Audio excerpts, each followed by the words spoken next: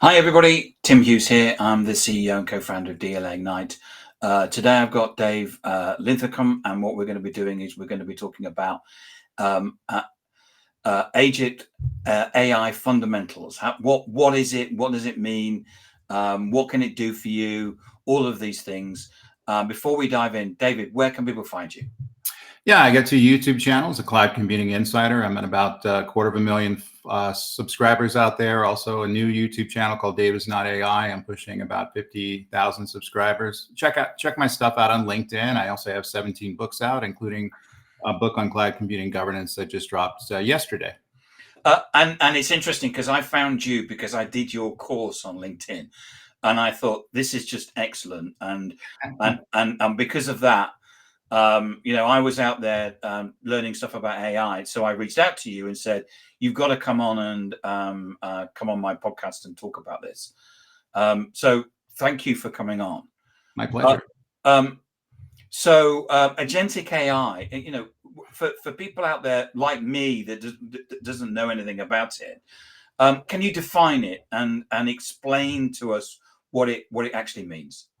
Yeah, it's the ability for AI to operate in autonomous ways. And so in other words, we're able to create agents, which are just really pieces of software. Everybody is scared of what an agent is. We've been building them for years. I used to build them in the 80s. And so the unique thing about that is it has a particular persona and a particular purpose. And it's able to work with many other agents that have other personas and other purposes to carry out any number of business activities. So, the idea is I can have one agent that's in charge of marketing, one agent that's in charge of accounting, one agent that's in charge of inventory control, another one in charge of logistics. And I can arm them with their little small language models where they're able to learn, understand, and communicate with the other agents. I can also give them goals and objectives to carry out certain operations. And so like a person, they have roles and responsibilities. They also have restrictions on what they can do. And they're able to work together as a collection of agents to carry out any number of business problems. And the unique thing about that is they're making independent decisions and they're learning on their own. And so the theory is that over a series of years, they should get smarter and smarter and smarter, and the ability to build better businesses. At least that's the idea. And what's the differences between agentic AI and generative AI, which probably people are more familiar with? Yeah, and it's confusing. The marketing out there is crazy in terms of how they're redefining it.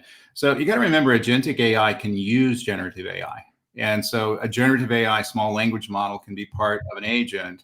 And also agents can use large language models. In fact, large language models can become agents. I can wrap them, as autonomous units of software that can operate that way. So agentic AI at the end of the day is really a deployment architecture. In other words, it's the way in which we're doing AI in a different way, distributing systems out, separate them, making them autonomous in different components, and they're able to carry out basically the same sort of operations and the same sort of objective as generative AI.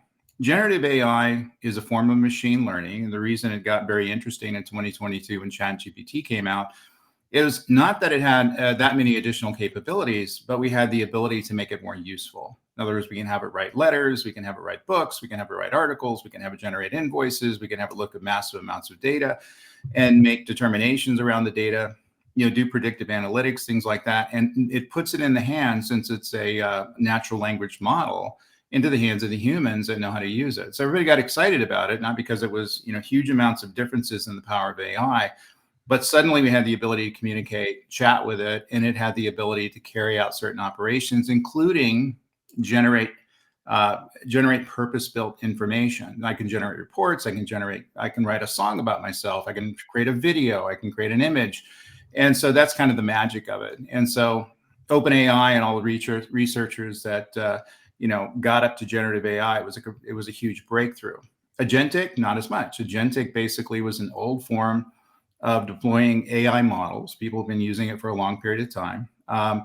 They put some more methodologies and disciplines and definitions around it. And suddenly when generative AI hit, a few years later, many of the companies thought they missed the boat on AI. And so when Agentic showed up, it was a parade that everybody jumped in front of and created. I've never seen marketing blasts out there like anything else in my career. than the amount of noise around the agentic AI stuff. And it's causing some confusion, but it's a powerful technology, but you have to know when to use it and how to use it. We've had a question from the audience, which I will actually come to next. In your course, you talk about agent architectures and decision-making frameworks. Can you explain how these actually enable AI to act autonomously? Sure. Decision-making frameworks would be the ability to leverage AI, typically a small language model or a large language model, to make purposeful, predetermined decisions in terms of how to carry out an operation. For example, an inventory control agent knows that it needs to maximize the amount of inventory available to be available for sales, but if it maximizes them too much, it's going to overbuy the inventory. It's going to cost the company money. And so we put together a decision framework and train the agent on what is optimal inventory, how to get to optimal inventory, and the 150 plus rules that you have to follow to get to that particular state. And that goes into the small language model that's innate to the agent, or it may be even a large language model that's external to the agent.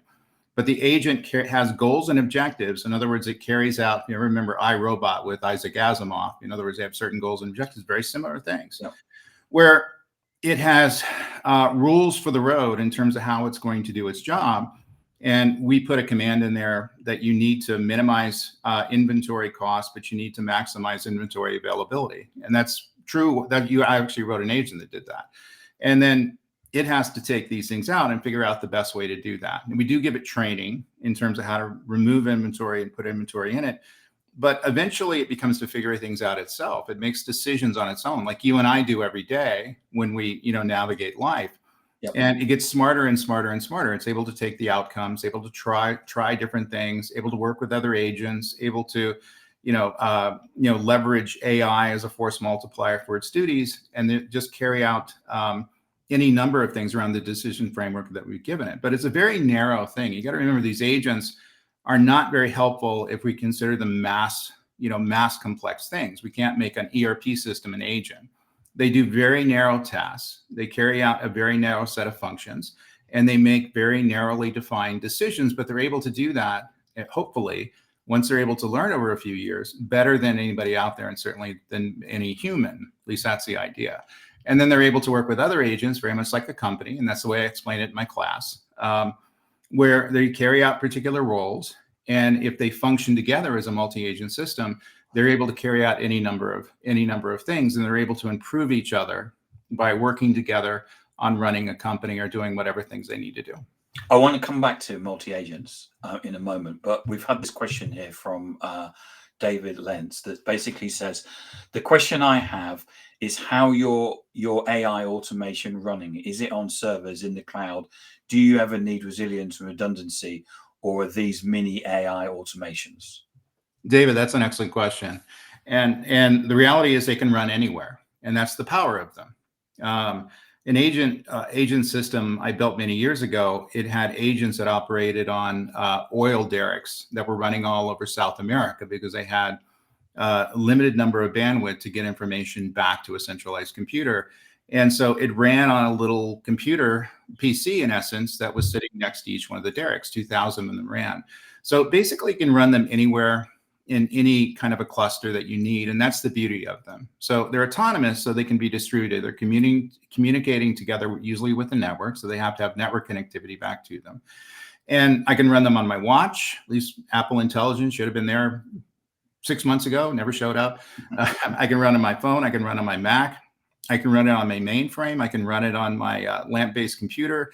I can run it on anything that has a processor, storage, and is able to, carry out certain tasks and operations. So that's the beauty of it. You're able to create an agentic system that's able to mesh within a company, all over the company, and is going to exist next to the systems where it can do the best good. So normally I'm going to put agents, like we said, the aforementioned inventory agent.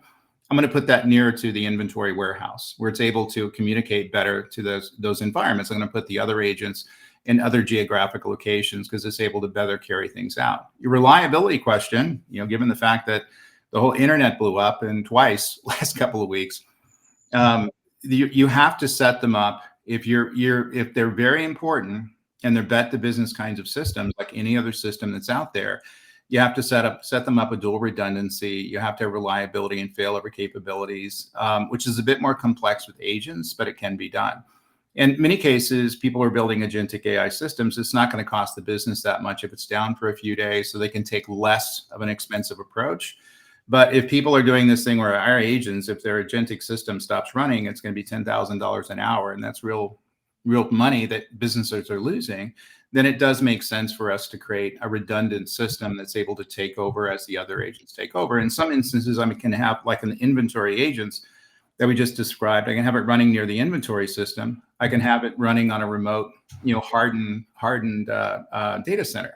And that is able to take over if the initial inventory agent is brought down for some reason, or it's, leveraging a cloud provider, and that cloud provider takes a dirt nap, like happened last week, and I'm able to fail over to other systems that are hopefully more reliable. Okay, that's fantastic. Thank you. And to going back to the multi-agent systems, multi-agent, multi-autonomous agents working together, how close are we seeing this collaboration in scale in industries like robotics or finance? Not a lot. I think that's the honest answer. I think that the marketing out there and the hype that's around agentic AI and the consulting firms that are out there beating their chest and the fact they have 12,000 agents in production, things like that.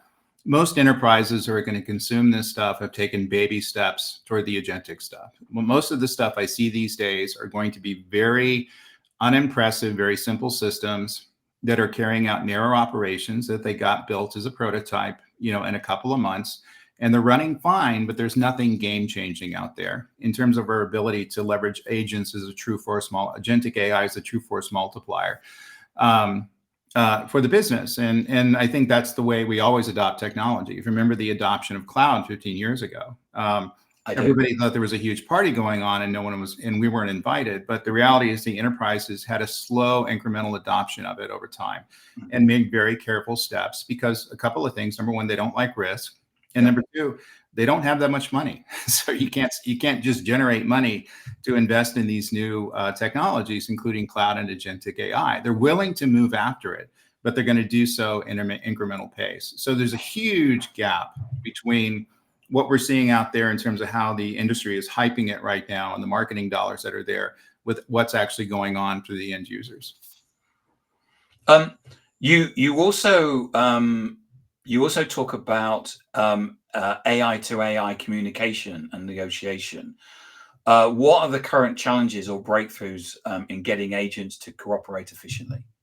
Yeah, I think it's not standards in communications. We can obviously use MCP servers and agent-to-agent communication. And I'm kind of getting bored with that whole thing. And they're just talking. We're just creating a single channel for them to communicate.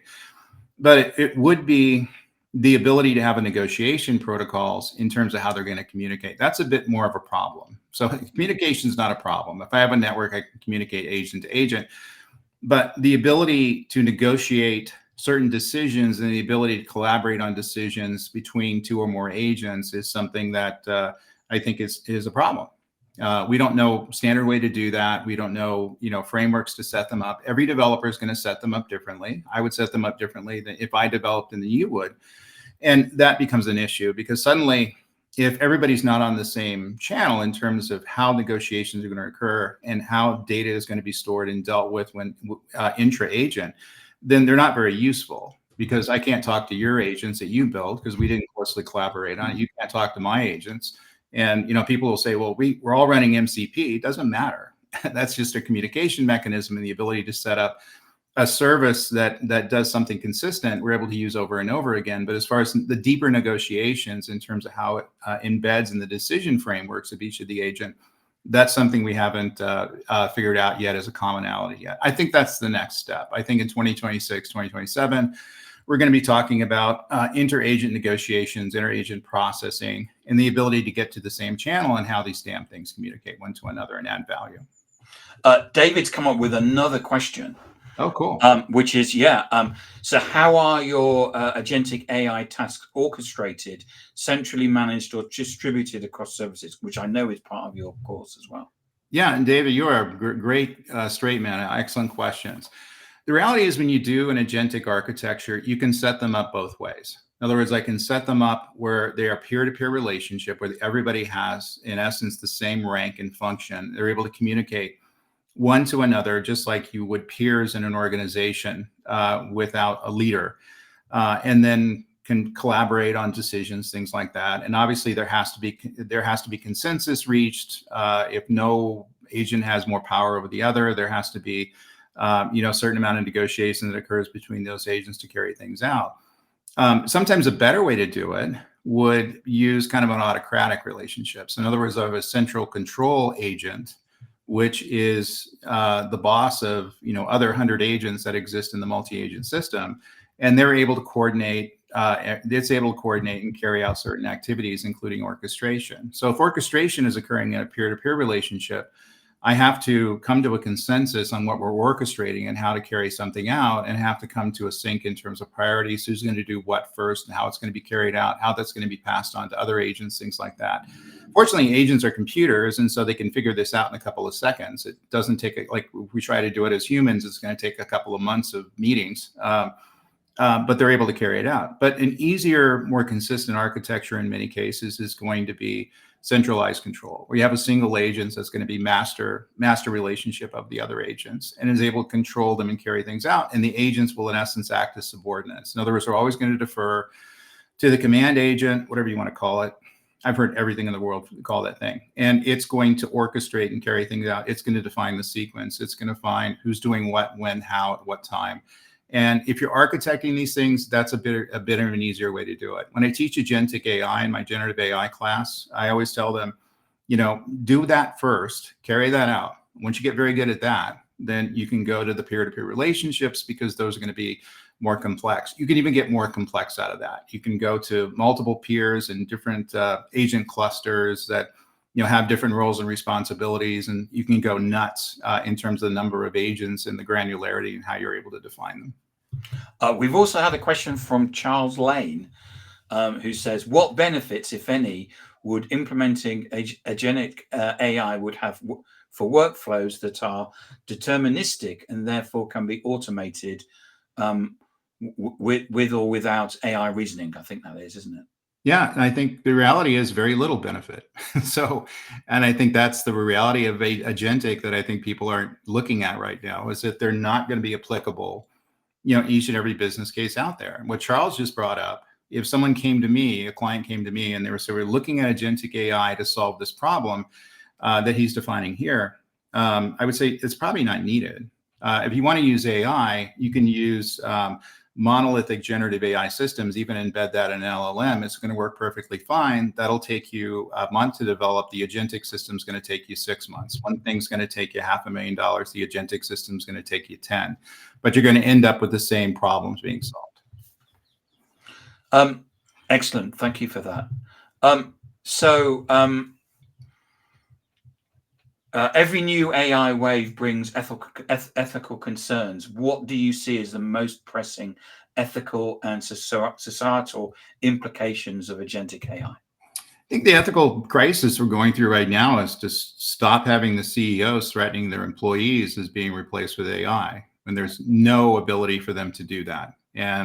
And I think that has huge amounts of ethical concerns to me, because I think that's a hostile work environment, and I think that's not necessarily, that's a toxic work environment.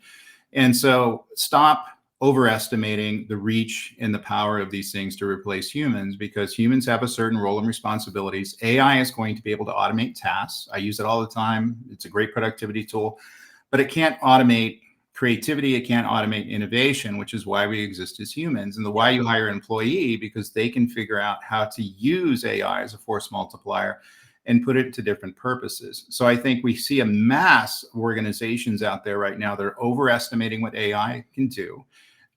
They're firing people, telling people that AI is what, in the reality is they overhired. They did something else dopey. That's why they had to do it. And I think that's not necessarily bringing the human up to humans how they should be regarded. In other words, you should consider humans as the number one priority in building these systems. And I think that's the ethical challenge right now. Now people look at them as a cost center in many cases, and I think that's unethically bad. The other thing you have to think about is, what these agents could eventually, end up figuring out. So if we're, I hear people were looking to assign, hundreds of agents to us personally that are going to monitor activity look at our behaviors and figure out how to sell us stuff better and figure out better consumptions and things like that. And there's some sort of a reason why we were going to use it. In many cases, you're giving up complete privacy in those instances, more so than what we do on web browsers and things like that, which can be rather scandalous. But that is basically revealing everything, including your behavior, your health, everything that you don't want people to know. And I think once that information is abstracted, it's a fairly dangerous thing. So I think ethically, it's not a good idea to start gathering this ultra personal information that these organizations are starting to do right now. And finally, what advice would you give to leaders about future-proofing their skills and in an organization in this agentic AI-driven world? Yeah, splurge on training. I think that's something that organizations aren't doing out there now. They say, why should I buy AI intelligence why should I build intelligence with my humans if the AI is going to provide the intelligence? We have a talent shortage out there now. The amount of demand in terms of what talent we need to build and deploy these systems is off the scale. And the ability to supply it with human beings that understand what they're doing is hugely lacking right now. And we're seeing that with the fact, MIT just came out with a study a couple of weeks back at 95% of AI projects fail. If you do a triage on any of those projects, and I do them every week, I audit projects for a living, you get down to what happened, and it was poor decisions made by poor training. I talk to people, why did you do that? And they go, I didn't know any better. And no one taught me any better. I wasn't trained. I had to figure this out by reading a book or watching YouTube videos, which is fine. But there needs to be some sort of a structured understanding in terms of how we're approaching these problems. There's a very few elite, hundreds of people, not thousands of people or millions of people out there that know what they're doing. We need to expand that to millions of people. David, thank you so much for coming on and talking about agentic AI. It's been fascinating. And I do recommend your course on that. And there's been a couple of actually courses mentioned in the chat as well. David, where can people find you?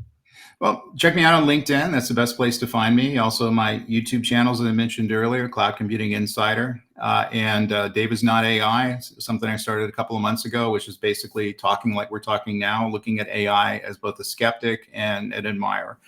And also check out my book, Cloud Computing Insider, and I just had a book drop yesterday on cloud computing governance. So check that out. David, thank you so much for coming on and spending the time with us and sharing your expertise. My pleasure.